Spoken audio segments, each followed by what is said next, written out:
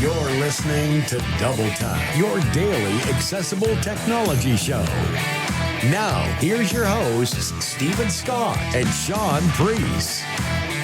Hello, welcome to Tuesday's Double Tap. Shaun Preece, how are you? I am muted, Stephen Scott. Well done. I am very professional. I'm very well, thank you. How are you, sir? I've got to say, you never sounded better, I'll be honest. It's the first time in my life I'm so glad the microphones didn't work here at Double Tap Towers. Yeah, great start to a Tuesday. Are you okay? I'm all right. Do you know what? I wanted to update you a little bit because you know me, I like to buy things. What's Stephen bought this week? This Well, week. I don't want to talk. minute. I don't want to talk. Yeah, exactly. Who knows? There's a list. I mean, I will say that you know your shopping list becomes your delivery list when you have the parcel app. You move from having the basket to having the parcel app open up and sort of tell you all the things that are coming. It's a delight. But I wanted to mention InnoSearch because you know we spoke to the guys from InnoSearch recently on the show, and I had mentioned to you I think last week that I had bought something from them, but I don't think we ever got around to actually telling you the update on that. So I thought I'd tell you how I got on. I can't even remember you telling me that you actually used it. Well, there you go. Well, there you go. It's all news. It's all news. It's all news today. Breaking news. When we Breaking spoke news. to the guys from InnoSearch, which is the accessible shopping online experience, right? Yes. It was in America and Canada only at that point, but it is available in the UK, right? It is. And you've used it. Thank you to those of you on YouTube who are telling me that it was now available in the UK. So I did. I went off and trotted off to get it. So you might know that I got the iPhone 16 courtesy of Apple. They sent over the iPhone 16. Also, my wife got a new iPhone 16 as well. So for that reason, I thought, well, let's get some cases, right? Let's get some cases. So I was thinking, what can I buy on this? Because at that point, I was more wanting to test InnoSearch than purchase something. But of course, any opportunity to go shopping, why not? So I went on. I used the Mac. And I've got to say the experience was very interesting. I mean, very good. I will say I think there's a few accessibility issues that I have flagged with InnoSearch. In particular, Really? yeah, one in particular was the cart itself, the actual checkout button, which doesn't appear to have any alt text on it. And I noticed on the phone it doesn't read anything. On the Mac it does say, image cart. So it's obviously doing some background image description work there on the Mac side to bring me that information, but I don't think it's got a tag on it at all, which was kind of annoying because it's one of the things I use the item chooser on the Mac, which is VO&I, and I'll always check for checkout or cart or basket or any of those kind of things to see if I can, quickly jump to it. And of course, there was nothing there.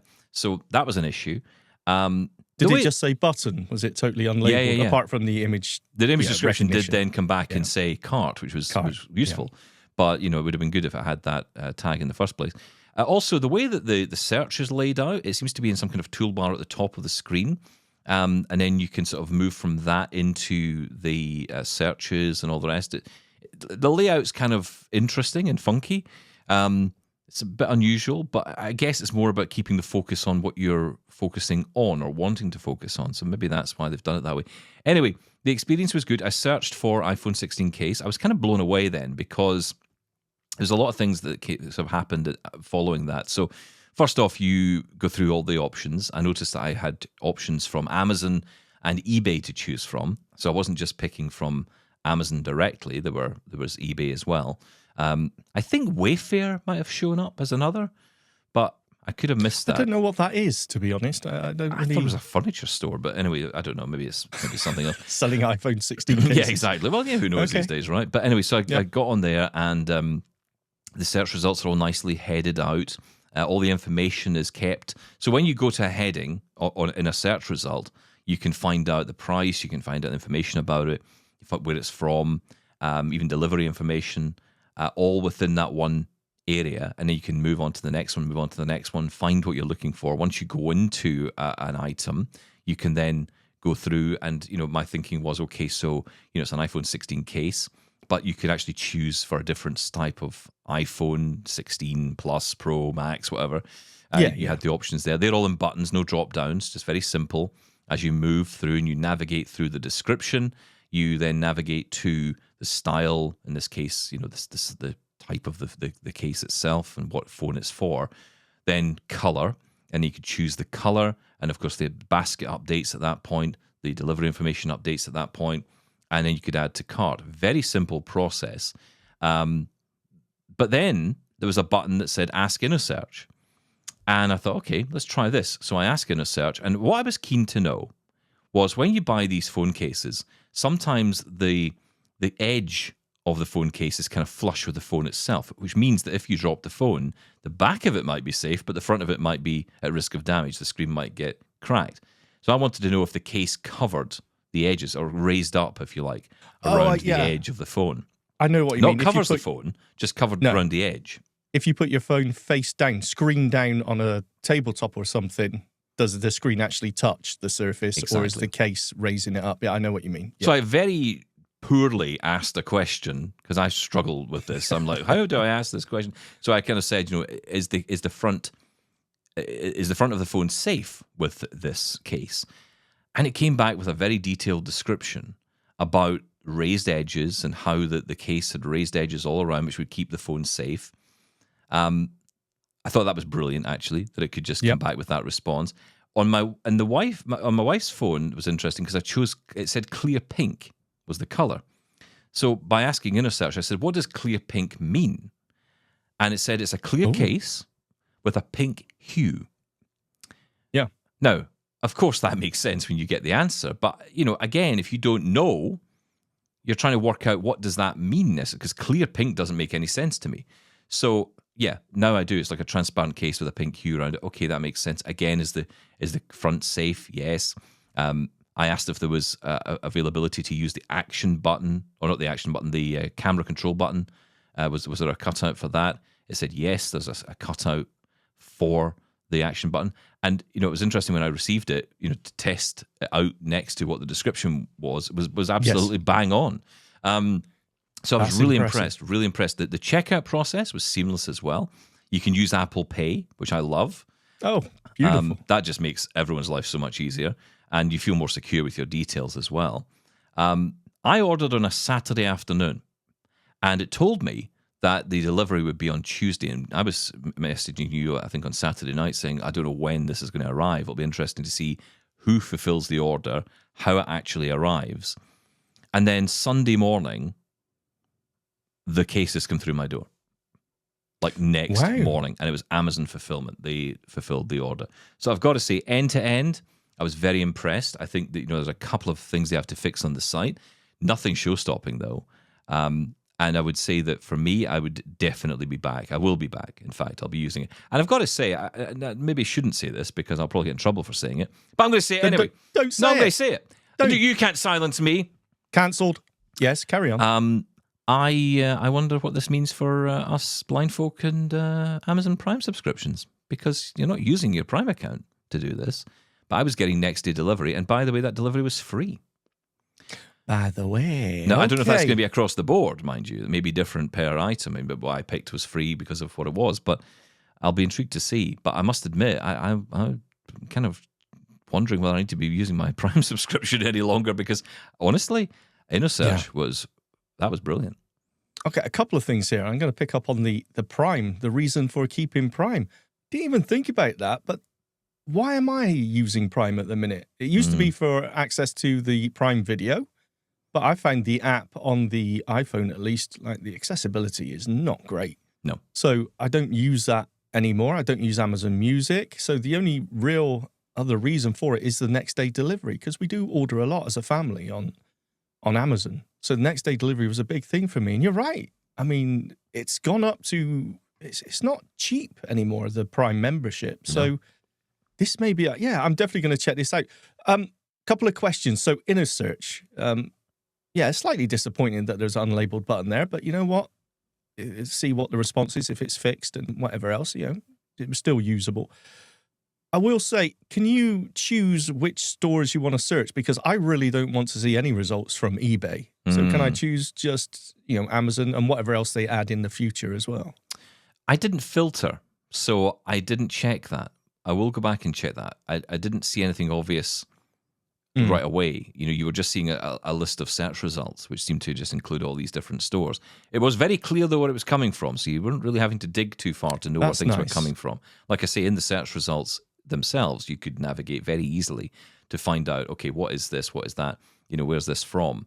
And I'm with you. I was wanting Amazon results. So yeah, I've got to say, this is brilliant. I mean, this to me, it's almost like a little space on the internet that seems really nice to use, really pleasant.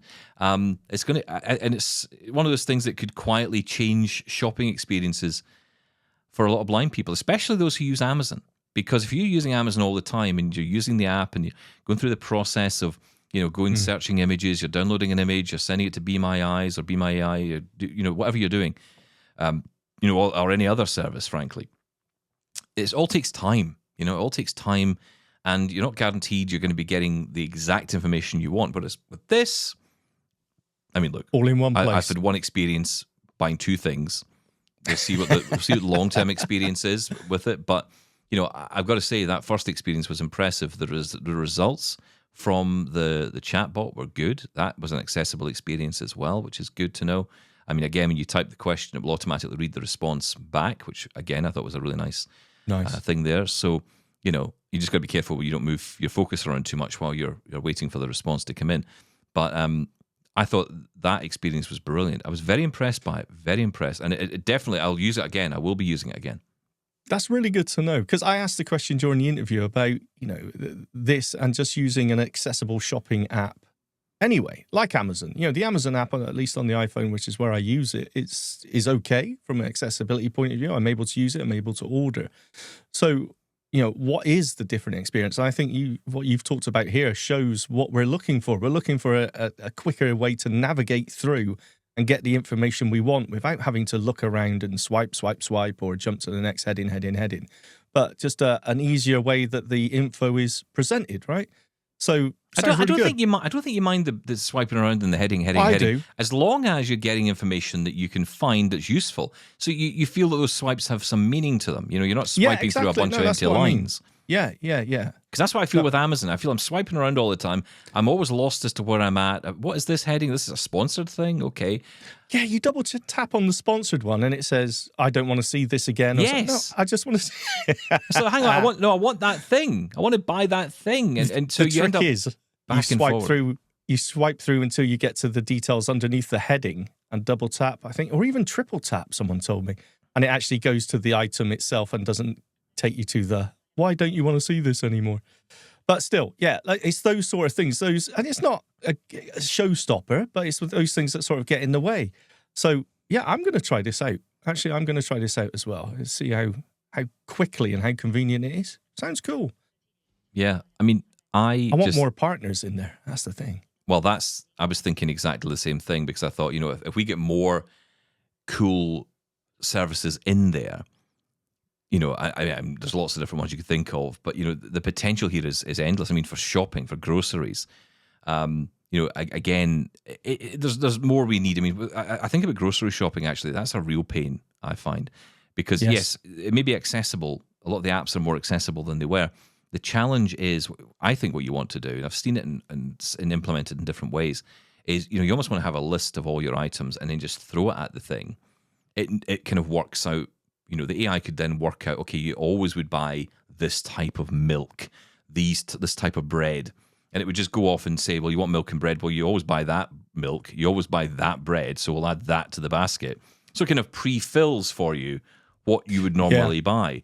I guess the stores don't want you to do that because they want to sell you different things. They don't want you to just buy the same stuff all the time. Browse. Yeah, go look at other stuff. But, I don't know you, but I'm like, well, I know what I want.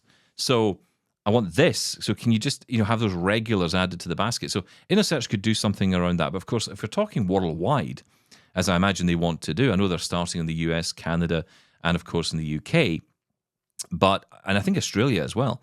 But I'm really hoping that, they can sort of build in new partners. But I guess it's difficult internationally, isn't it? Yeah.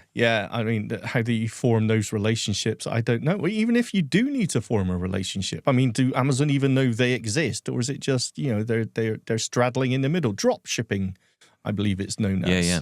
I honestly don't know how it works, but the important thing is that it's a nice experience for us, and you received your product, without any delay. Also, what about the price? Because when we were talking to them, they said actually it's not going to be more expensive than going to the online store direct. Anyway. Well, it's funny you say that because I didn't do the comparison thing. I was tempted to, but I couldn't be bothered that day. I felt I'd exhausted myself enough just going through the InnoSearch experience, and that's not a negative. That's just, web experience as blind guy. You can sometimes just use up all your energy just trying to do one thing. So the prospect of trying to find that same product on Amazon that day didn't really appeal. But I have heard from other people who have done the work on this that more often than not, the price is actually cheaper via InnoSearch. So, I don't know how that works. I mean, it might be nominal, it might be cents and dollars. It's not going to be, tens or hundreds. But yeah, I don't get it. I don't know how that works. I don't know if that'll last forever. Care. But I am absolutely in it for the ride. Free delivery, lesser cost, next day, accessible experience. I'm in. So I think it's worth trying. What I also like is you don't pay for the service. You're paying for the product. You don't pay for InnoSearch AI. There's no cost to use it for you. Now, some people are a bit critical of the fact you have to sign up via your Google account. There doesn't seem to be another way to sign in. You have to use a Google account to sign in. Okay. Some people aren't too happy about that, but that's something I'm hoping they'll change. We're going to reach out to them because I know they're listening to the show, and also I think they'll be keen to hear this feedback and keen to hear yours as well. I know some of you have written in already to give us your comments. We'll get those comments on, I promise, in the next few days. But it's a conversation we should have because I think InnoSearch has got something here. Sometimes these things come along, and if I'm honest, like a lot of these things I hear about, like projects come along and you hear, oh, this is a thing we've built for blind people, and you go, you kind of have in your head that's going to disappear in 10 days. This I don't know. There's something here. And either one or two things will happen. Either they'll get swallowed up by a big company, and then someone like Amazon implements what they've done into their website. Yes, please. I'm sure InnoSearch would be happy to take that money. But I would say, alternatively, this is something that should exist. This is something that should be available to us. I'd like all shopping experiences to be like this, to be honest. I think in reality, that's where it's going. The long term, this is how. Well, yeah, of course. I mean, look, with AI coming in, making shopping easier, giving more information, less customer reliance on support from people at the back end, that is going to reduce costs for the business. They can implement that AI for customer service. That is going to change everything. So that works for us as well. Providing that the information given is in the way that InnoSearch is done here, built for blind people, therefore built for everybody. Because the same question someone who's blind might ask that question. Someone who's sighted may ask the same. So, the pictures aren't always that clear on these things. So, it's important to have a balance to the information that is being provided. But I was very interested. Yeah, very impressed. Mm-hmm. I just think, okay, so what are they offering? Wow, I don't want to say anything against InnoSearch here, but what are they offering here, right? I think there's two things. Firstly, it's a one-stop shop for multiple other stores, right? So if you're looking for something, you can search multiple places That's a front at once. For Amazon or eBay, yeah. Yeah, exactly, which is handy for everyone. That's fantastic. But let's be honest, they're just presenting the information in an accessible way. And arguably, all the other companies should be doing that anyway. They should be looking at this and saying, they're not. Why is this accessible and ours isn't, or other people are having problems? That's my point. That's exactly my point. I want the big companies to look at this and say, can we do this? Yeah, exactly. And that's what InnoSearch could eventually be doing. It could be helping those companies to do that, or implementing their system they've developed into it. Either way, it's a great thing. Go check it out. Let me know how you get on. If you are buying something from Amazon, you know what? Give it a try because there's no cost to it. There's nothing. Other than signing in with your Google account. That's it. So what's to lose? But anyway, what's the website? Can we remember? Is it InnoSearch? InnoSearch. INNO search.ai. Simple as that. Perfect. Okay. Listen, we're going to move on because we have been talking to our good friend Tim Dixon a few times here on the show. He's back with us today with a very interesting conversation all around the subject of embossing with a, surprisingly, embosser. Get in touch with Double Tap. Email feedback@doubletaponair.com. Leave us a voicemail at 1-877-803-4567. And now you can send an audio or video message to us on WhatsApp. That number is 1-613-481-0144. Shaun, I want to talk about a topic which is totally in line with what Double Tap is all about, but it feels foreign to me, and I don't know if it feels foreign to you as well, and that is the subject of embossing. Braille embossing. Oh, Braille embossers. I get images of some large business somewhere or education going to the special office to get things embossed. It was a huge bit of equipment. Yeah, I remember it at school, and I you could hear the embosser from about 3 streets away. Yes, the whole building would shake. That's right. We didn't have earthquakes in Scotland, but we did when 3 or 4 embossers were going. Whole towns would move. Very industrial. That's what I think about when I think about embossers. But actually, they are something which you can buy for home use if you have the money to buy one. Some people have managed to find them through donations. Some people who just don't need them anymore give them away or sell them at low cost. And it was interesting. I don't know where you got yours, but we're going to bring Tim Dixon back. Remember Tim? He's a well-known face here at Double Tap. Tim Dixon, welcome back. Thanks for having us, guys. How did you get your index embossing? It's index you've got as well, same as me, right? It is. So the fabulous Brailleist Foundation has their forum, and somebody posted a comment saying, "Hey, we've got some Braille embossers. Anybody want one? We just want a donation." It's should really check this before filming. I can't remember the name of the charity, but in Coventry, and they had some index braillers that they weren't using. They wanted them to have some use, and I reached out to find out, hey, have these been snapped up yet? To find that no, they hadn't, and that was mainly because nobody wanted to make the journey and pick them up because they are heavy. Yeah, they're not easily transportable, and for most of us, we don't drive, so getting them is a pain. So, say there's 5 available. You took all 5, kept one, put the rest on eBay, right? No, there was 3 available. Didn't know how they work. Really hadn't touched embossers previously. So 2 of them are sheet fed, as in you put normal A4 sheets, and 1 was tractor fed. I did take all 3. Did you get a free tractor? Wow! Now I'm interested. No, That's pretty cool. That's how you got it home, I guess. You just stuck it on the back of the tractor. Absolutely. Just ignore him, Tim. It was too much coffee. I was going to say it's one of these new robo tractors. You're not heard Elon talking about them. Yes, that's right. Elon Musk is behind it. So no, my dad came to the rescue one Saturday. I'd arranged to go down, look at them, made a suitable donation to the charity, and brought them back. Not knowing how they work, what they do, what I needed to learn, but working in IT, I was fairly comfortable that I would make one of them work.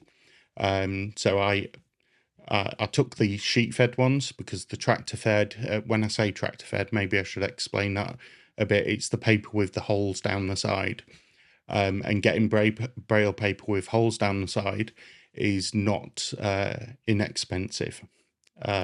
You have to buy it in blocks of 1,000 at £60 1,000 sheets, and that wasn't something I was willing to do. Whereas buying paper that I can Braille on is just thick paper. So I had some of that already from having a Perkins. Got them home, cleaned it up, plugged it in, and heard this magical voice come out of it saying, "Index Everest V3," and then its number. And it's like, okay, this is great. It powers on. What do I do now? Yes. But a little bit of reading. Index provide drivers for it. I was using my Mac, using USB to it. and was able to get it set up, and then APH do some software called Braille Blaster, which worked really well for sending a Braille printout and embossed printout to it. There was a little bit of back and forth with utilities to be able to get the network port to work, because even the YARM version of Windows running in Parallels wouldn't communicate with it, so I had to get a Windows machine out and tinker a little. So it's now plugged onto the network, and I can emboss to it.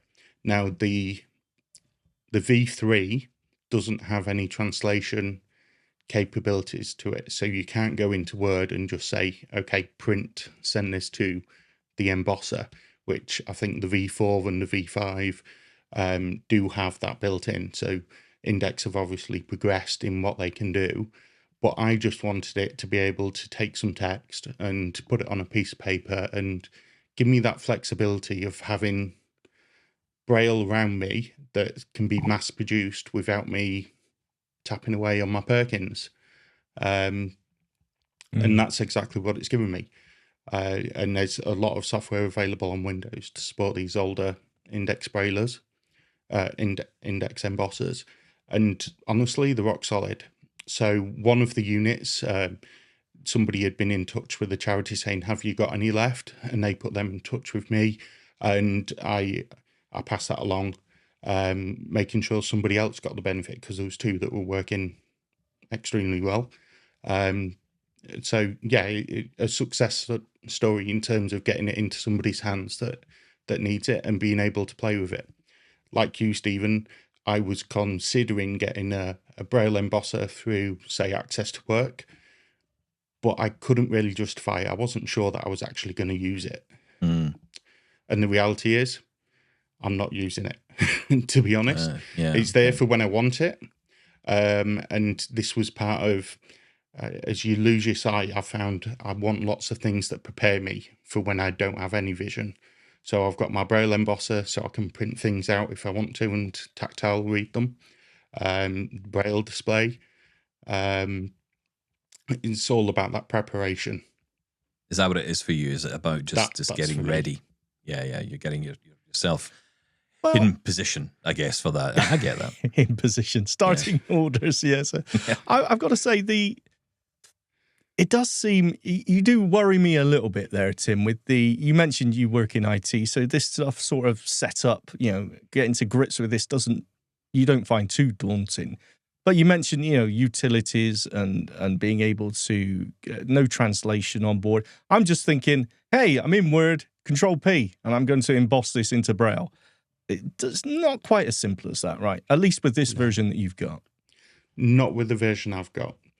It's clear from the documentation that the V4 and the V5, which are much newer models, have that ability. So you can literally go and do it. So Braille Blaster is a little bit like Notepad. You've got one side where you type in normal text, and then the other side of it is the Braille. So you can see, if you can see the screen, you can see how it's formatted. And then you can just click print to print it. So you can copy from Word documents and paste in there and do those kind of things. But as you will know, well, for anybody who's not using Braille, there is obviously a restriction on how wide a line is.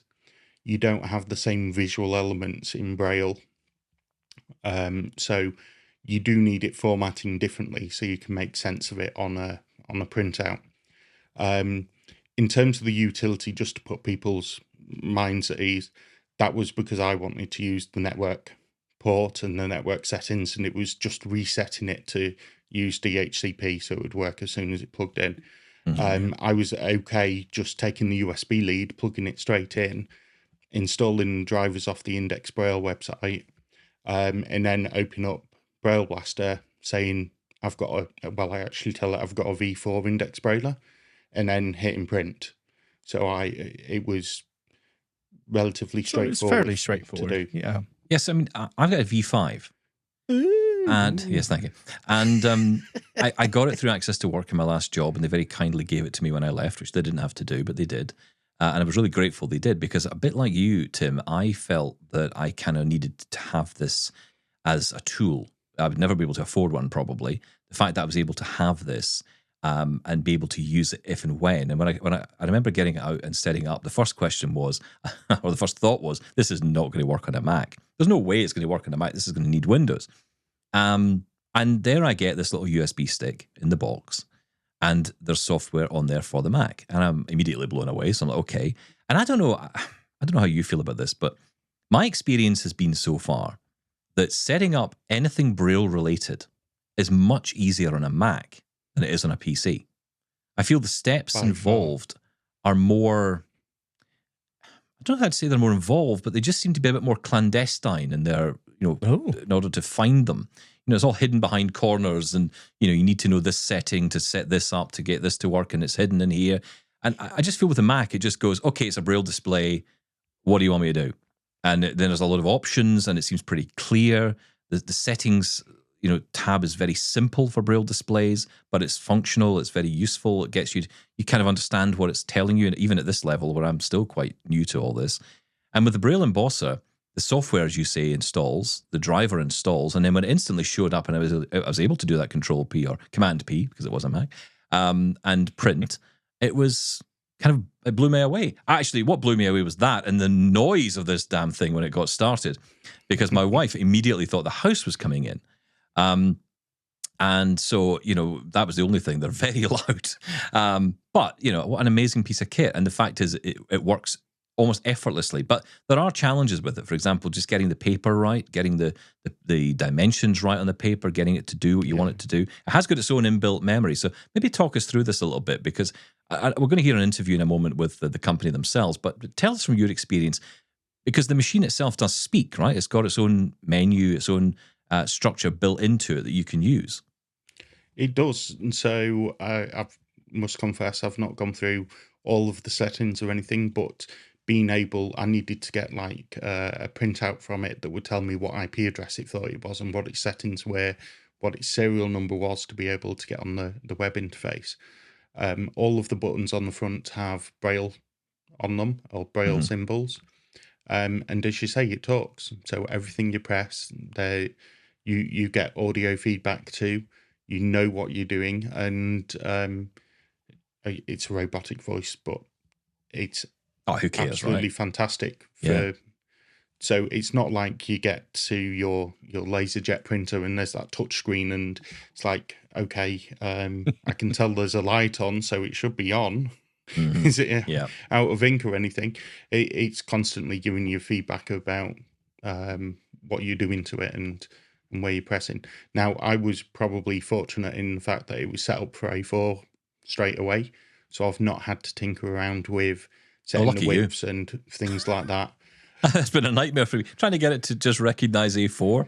I'm like, come on, please. It's just continually brailing or embossing off the page. And I'm like, come on. And I set it to A4. I think you and I need a little session off air where we try and figure this out between us, because I'm sure there's a way to do this. Yeah, I'd love to do that, to try and figure this out, because I feel that there's certain things like that, you'll know what I mean by this, Shaun, as well. If it stops, or if it doesn't work exactly as you imagine that it will, if it's like, okay, it's working, but then, like I say, it just starts embossing what appears to be absolute nonsense, or all the lines are off the page, you just immediately want to put the whole thing back in the box and go sit in a corner and cry. Yeah, it's beyond me. Yeah. So I'll never understand this. I'm interested because you mentioned how loud it is. How big is this thing then? So I would say it's maybe 2 foot tall, 2 foot wide, and a foot deep. So I've got an image in my head of those massive office photocopiers. That sort of huge thing. Yeah. Big A3 copiers or A3 printers. Yeah, very similar to that. These are more like somebody's taken an inkjet printer, made it a little bit wider, and then chopped it in half and lifted one half on top of the other. It's a very tall machine. Right. Because the paper comes in from the top and drops out of the bottom. Yeah, there's a gap at the bottom between the I see. legs, you see. So it's all kind of the top half of it is doing all the work, and then the paper falls out the bottom. Is there any maintenance to this? Like with the inkjet or a laser jet, you need to put the toner in or the cartridges in. Is there any setup to this? I know yours was already done, Tim. What about yours, Stephen? Well, can I say I was the one who asked the stupid question right at the beginning? I'm like, so what happens when the Braille dots run out? And then someone explained to me, it doesn't work like that, Stephen. Okay, please tell me you're joking. I thought like you had to buy a box of dots, sort of pour them in at the top. You know, ridiculous. I had no idea how this thing glues the dots on. Yeah, it's just like boom, boom, boom. It was sticking all these dots on, and then it'd just be like if you sneezed near it, all the dots would fall off the paper. I didn't know how it worked. What do I know? Magic. I know nothing. I told you, I know nothing. That is joyous. Thank you so much. That goes down in history with my throwing out a charger after one use because it said you can only use it to charge your device once. Charge your device once. What I didn't realise was, Tim, that you actually could charge up the charger again and then use it again. I just thought, that's it. It's done then. Straight in the bin. Stop it now. Stop talking now. Let's get a professional on. It's a tech show, honest. So I was the two Braille embossers I got. One had done just short of 400 sheets, and the other had done nearly 20,000. Wow! And they both sounded identical. They both looked and to the touch felt identical. I couldn't tell the difference. These machines. You mean the are Braille made to output? The Braille output, the noise of the machine, which you would expect after feeding so many sheets, and that it would be a bit more noisy, a bit more worn. But no, these both sounded exactly the same. Noisy, but exactly the same. This is where you can kind of see the value, right? The value is in there. You're spending a lot of money on it, and I know that I rave about money and cost of these things, and they are expensive. Of course they are, and a lot of people are out of reach. But I guess the thing is that for a lot of people, they may be in reach through similar schemes to what you're talking about. There'll be people who may no longer need them. And these are not things that they'll end up in landfill because people will know, the people who have them know the value of them. I don't mean the monetary value, I mean the use of them. So, they will say, oftentimes they will contact a charity or an organization and say, look, I have this, do you want it? Because, even I remember when I worked at the RNIB before, the building we were in was part of a council building. And people would come in all the time with this kind of technology, Perkins Braillers, and say, look, I have no idea what this thing is. But, it doesn't seem like something that should go in the trash. So is it useful to you? I know it's for the blind, but I don't know what the blind do with it. So, they would hand it over, it would dust it off and make sure someone else got it. And, it made the difference. And actually, this you might class it as a bit older tech, but at the same time, it was getting a rebirth. And because, like the Perkins, like these embossers, they just seem to go on and last forever. So, and the company's still around, right? The company are there. You can go and get servicing. You can get up-to-date drivers and all the rest of it for newer systems from their website. I mean, it's all being updated all the time. I want to bring in at this point the interview with Alison Steadman from the NosillaCast. Now, Alison spoke to Index at CSUN this year. Let's have a listen into that conversation. So I just walked up to Michael Vickman-Sunna and I said, I have never seen a Braille printer, and he represents Index Braille, and you said this is the one to see, right? Yeah, for sure. I'm glad you stopped by here, since we've been coming a long way, starting our journey from way up northern parts of Sweden, close to the Arctic Circle, where we are building these kind of Braille embossers for 42 years now, nearly 43. So Braille is little dots that stick up, and so embossing is what these printers do? Yes, we actually produce the embossers, and with the embossers you can print your Braille documents. So for the listening audience, he's holding up what looks like a blank sheet of paper, but if you look closely, it's got little dots all over it. I saw that at lunch. Somebody read a Braille menu. It was crazy. Yeah. This is actually one of those Braille manuals. And we print interpoint. That means it's printed double-sided. So we actually print on both sides of the paper. Oh, that's crazy. Yeah. Oh. And we do that at the same time. So this document is printed like shipped the file over to the embosser, which prints the document, and you just bring it out, you staple it, and you got a folding line in the center of the paper. You just fold it, and voila, you got a Braille book.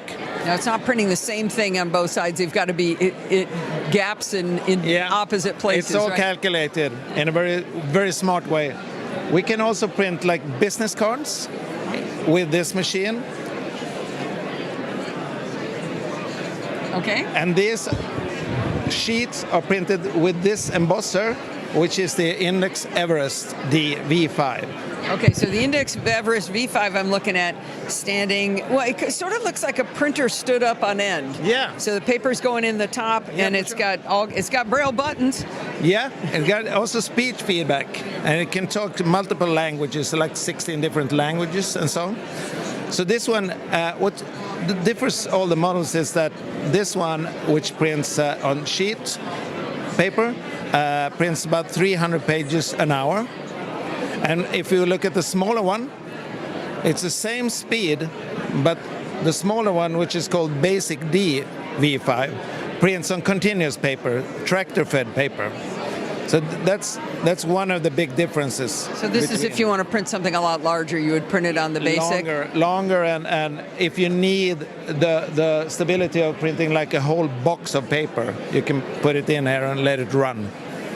This sheet feeder holds about approximately 100 pages, something like that. Then you have to fill it again. Okay, so Basic is not that basic. That's actually the fancier one. All of our embossers are quite advanced, actually. Basic is an old name, started back in the early 80s, which have been refined through the years and now looks like this. Okay, now we've got something that looks like a 3D printer. This thing is massive. This looks bigger than the Exo Brew we saw at CES. This one is actually one of we got two bigger production machines. This is one of them. It's called the Braille box. As the name says, it actually looks like a box. And it's the same technique in all of these. The big difference is that this one prints also on cut sheet paper, but it's 3 times faster. So this one prints 900 pages an hour. So this is if you're like a book printer, you would buy something this huge, for right? large-scale production. Is there any way for us to see what it looks like inside? What's pressing doing the embossing? We can we can do that. We can have a look at one of these. Yeah. I'm just curious, what makes those little dots stand up is going to be the question. We can send. This is actually an acoustic cabinet which encloses the sound, because making Braille produces a lot of noise, as you can hear. Oh my gosh! So this is now. So this is what you're listening to is the Everest V5, but it's inside a box. Wow! It's much more convenient. The sound now. So that was the same as the first unit we saw, but it's inside of a giant sound isolation booth. Yeah, for sure. And I can press pause on this, and then you see it. So this is actually, the paper goes down and through, and this bar here is actually the embossing head. So inside this, all the dots are being produced, and then the paper goes underneath and falls down like this. So is it just little pins going in and out? It's small hammers. It's 13 small hammers producing the dots.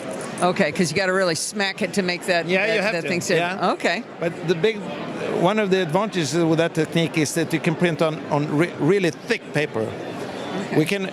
You can say that if the paper is really, really thick, like for instance my business cards, then you can do multiple impacts on each dot.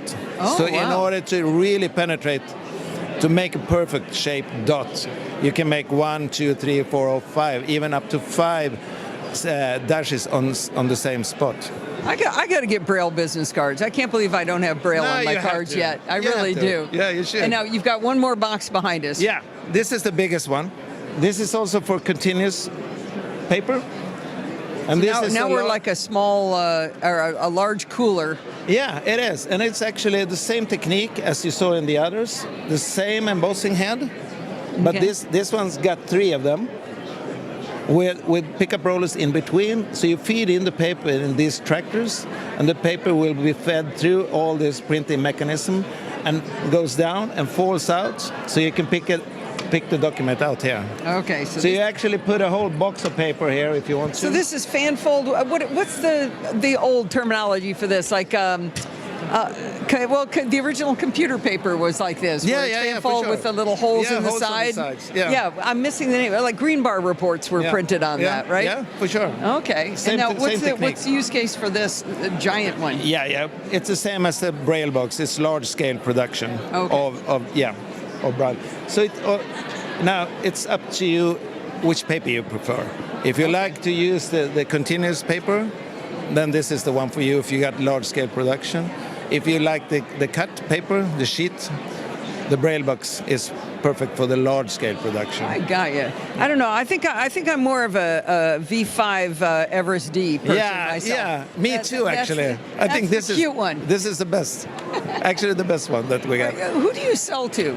We sell mostly to. We got a worldwide dealer network. Mm-hmm. So we're based in the northern part of Sweden, but we sell all our products throughout the whole world through dealers. So basically, it goes through most of the equipment is sold to schools and universities and so on, which produces, for instance, school books and so on. Okay. So yeah. Okay, great. But even private persons have the smaller ones. Really? You can, for home use and so on. Do I dare ask how much one of these costs? Yeah, if you're looking at the Everest, it's something like 4,000. $600, $700, $800, between $4,500 and $5,000. That's actually a lot less than I thought it was. Yeah. You know, you sticker shock when you're talking accessibility tools. That's amazing. Yeah. All right. Well, but for the exact prices, you have to contact the dealers. Okay. The local dealers. Yeah. So again, the company is Index Braille. If people wanted to see this, where would they go? They would go actually here if they are available. I mean on the web. On the web, indexbraille.com. Indexbraille.com. Yeah, they find all our equipment there, and I'll meet all the stuff and so on. Great. Thank you very much, Michael. Thank you. Well, first off, a huge thank you to Alison Stedman for sharing that interview with us and learning all about Index Braille, as she did at CSUN this year. Absolutely incredible technology when you think about it, Tim. And, you know, the fact is, of course, this is built in some ways for, as he says, you know, grand industrial scale production of Braille. But, you know, as Alison calls it, the cute one, which is the one I've got, is still, you know, a very popular machine, especially amongst consumers like us. Indeed. I didn't actually know that you could have it repeat 5 times to make the Braille even more robust. Yeah, you can sort of almost make the Braille firmer. I mean, it's pretty firm already, but I didn't realize you could make it even more firm. I guess it depends on the thickness of the paper and all the rest of it. So, I mean, I guess the question is, after all that, I mean, you know, it sounds incredible, and for a lot of people, I know it may feel out of reach, but for those who do get hands-on with something like this, you know, who potentially could get access to something like this, it's worth having, do you think? I mean, would you recommend it to other people? I obviously getting one that was secondhand and over 10 years old, and through the circumstances I didn't pay anywhere near that kind of money. So for me, at the amount I spent on it, it was well worth having. Just having it there, knowing that I can do things in Braille when I want to, and I don't have to get the Perkins out, and absolutely worth it. If you can get it through a support scheme, then I would recommend having one. There's something liberating about knowing that you can print something out and be able to consume it without electronics and without having to copy it out on your Perkins. I think unless you're an avid Braille reader and you prefer paper Braille versus digital Braille, I would struggle to justify spending $4,000 or $5,000 on it unless that was going to enhance your life, and only you would know that. Yeah, seems perfectly fair to me. I'm quite impressed how far this is advanced. I mean, admittedly, it's not like I've been keeping an eye on the embosser market to see how it's going. But again, like we said right at the start here, I just always saw it as a massive piece of equipment, almost industrial. But it seems like it's come a long way. And like you said, Tim, just having that option there, if you need it, if you are a heavy Braille user, this is really cool. But I think it's even simpler than that. I think for those of us who maybe do presentations, go up on stage, I am really nervous trusting a Braille display. I've spoke to many professionals who do this, who've had situations like the Mantis Q40, for example, this particular person had, and the file didn't load properly on the day. And so they were left with no notes at all. That would just terrify me. You know, the idea that, you know, you have paper in front of you, you know, paper can't crash. although you can't spill tea over it, I suppose. That's the only Yes. thing. But, you at least have options available to you. Hey, print 2 copies, right? Why not? Stick one in the bag and have one with you. And at least, you've got a backup there. But I think that kind of gives me the confidence, especially as I do this show. I want to be able to get to information quickly, and just having that information literally at my fingertips without having to worry about dealing with another computer, because I'm already dealing with a computer to record. I've got a machine that's playing all the silly sound effects of the dog barking. Yes. I've got serious work to do here. So, mucking around with a Braille display at the same time kind of makes me nervous. So I think having that Braille option available is good, and it doesn't have to be just for printing out your work of art or your latest thesis on whatever, or, consuming huge academic books or creating notes or whatever. It's not even about that. I think for us, for you and I, Tim, especially, this is something that can just be useful to, print out something. It could be, I'm thinking about my passwords. I mean, who's going to read it, right? So, I can have my passwords on this, and then I know they're secure and safe. Beat that one password, So, I think there's lots of cool things we can have this for. But like I say, you're right. No one's going to be spending $4,000 or $5,000 on this. But if you can access one, either through an organization that has one, or someone is giving one away, I think the reason that's why I wanted to have this conversation with you today was to basically discover if even that is worth it. And you think it is? Oh yeah, absolutely. Yeah, it's very much embossing is very much like a printer. So anybody who's got frustrated with a printer will get frustrated with an embosser, which I guess kind of helped me a bit because I've spent many years screaming at different printers in my career. They never work when you need them to. Never. No, but the embosser has been so much more robust and simple than a printer. The one thing that I've not got to playing with, and I really want to, is being able to do some tactile graphics with it. Now, Index Everest embossers are not advertised for the tactile graphics because you've only got one height of Braille dot. When you look at, I think it's View Plus and the Tiger range, they have different levels of dots, so you can get more gradient and you can get more nuance, and you can even get ones that print on them. Now, you're talking about the height of the dots, which create the sense of, if you were mountain range type thing from above, you would be able to feel the height differences. Yeah, as you move. Yeah, exactly.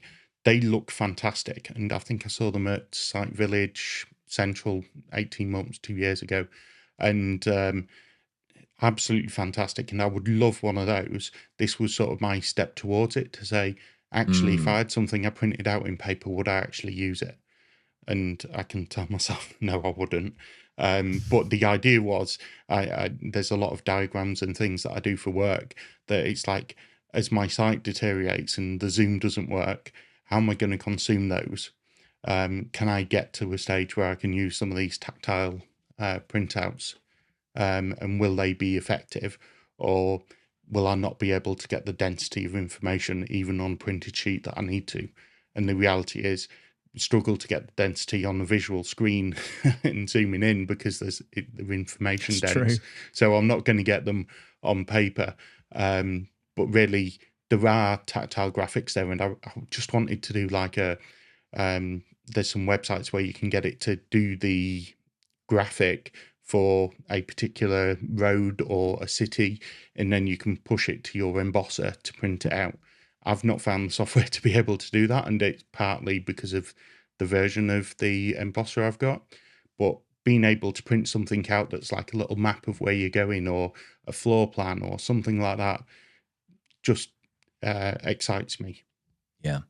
I love your tinkering with this, because it's just really exciting to know what's possible, and it doesn't feel like it's something that is necessarily, to me this is like our shed moment. I don't mean like Shaun of the Shed. I mean like going into a shed with our tools and hammering together a TV cabinet, creating a spice rack. I mean this is kind of going and doing our blind equivalent of that, with these kind of toys and what they can do.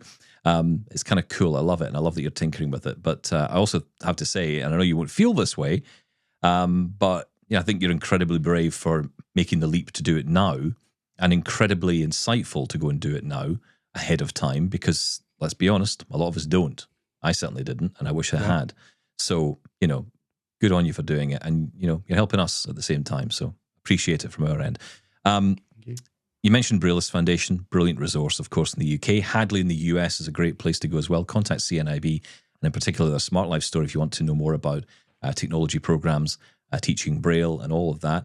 But for now, Tim Dixon, as always, thank you for coming on. Come back soon. Thanks, guys. Thanks, Tim.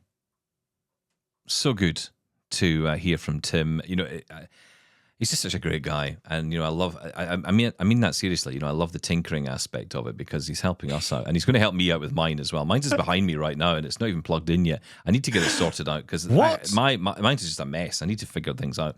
So he's going to help me with it. Tim the Tinkerer. Yes, beautiful. That's Tinkering Tim there. Really interesting because how many times do we get to have any experience with embossers at all? As I mentioned, the only time I ever saw them was in education or in a workplace. So really interested to see how far they've come. Also, a huge thank you to Alison Sheridan. Not Alison Steadman, as I said in the interview. I don't know where the Steadman came from, but Alison Sheridan is who I'm talking about from the NosillaCast. Thank you again to you for your contribution to the show as well. Do check out the NosillaCast. It's just fantastic. Listen, we're out of time. We'll be back tomorrow. Shaun, thank you as always. Thank you. Bye-bye.